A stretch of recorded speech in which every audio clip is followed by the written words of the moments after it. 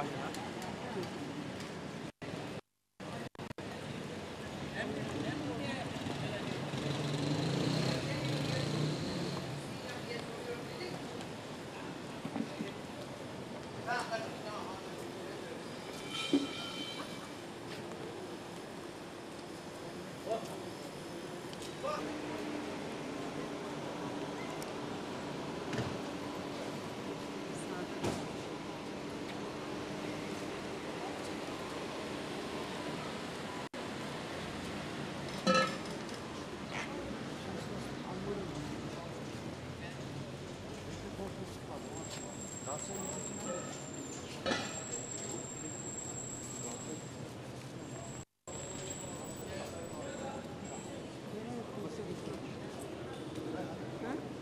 İsveç.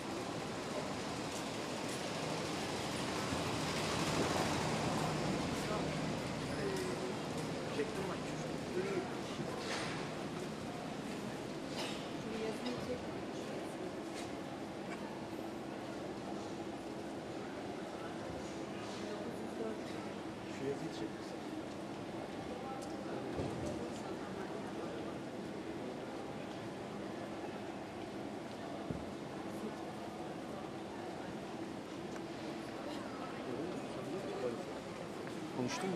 Konuştun. Benim de eski İstanbul tam mı? Ha? Korseci. Belli zaten eski Korseci, İstanbul. 60-70 yıllık korseci. Baksana konuşuyorsun ya.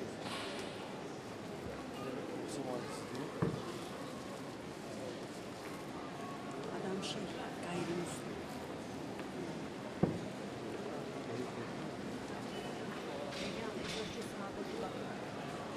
Ya bunlar niye şimdi yapmıyor? İşte bunlar da Restoran gibi. işte çelikliler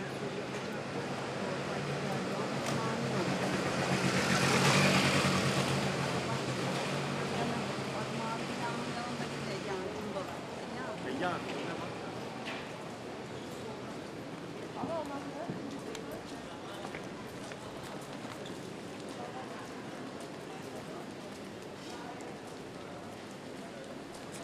buradan çek bak şu sağda solda. Ben çekeyim. Ha? Yok ya ben şöyle bunu alacağım.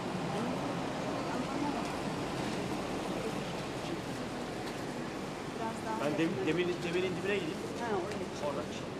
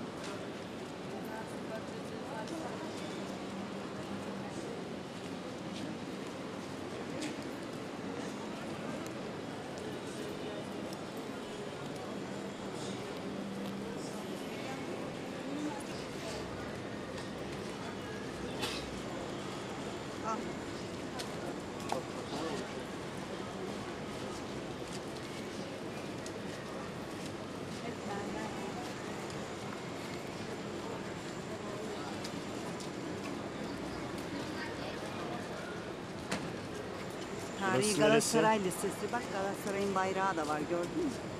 Bayrağının yanında.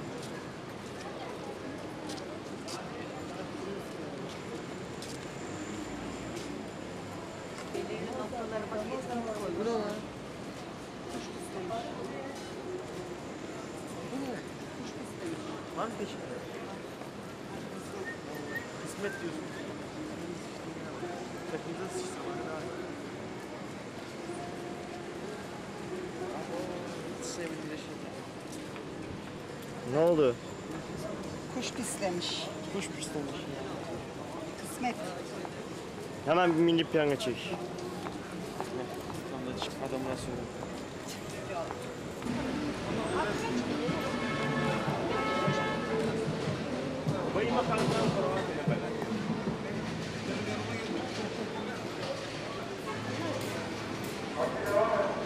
هي ما عدا آجل أنا كان يبي آجل ما يزبط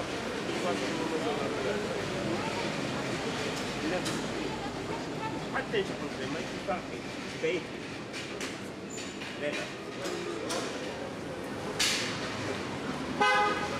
ويمكن يساعدك واجد مثلا وانا معامل غاية قوية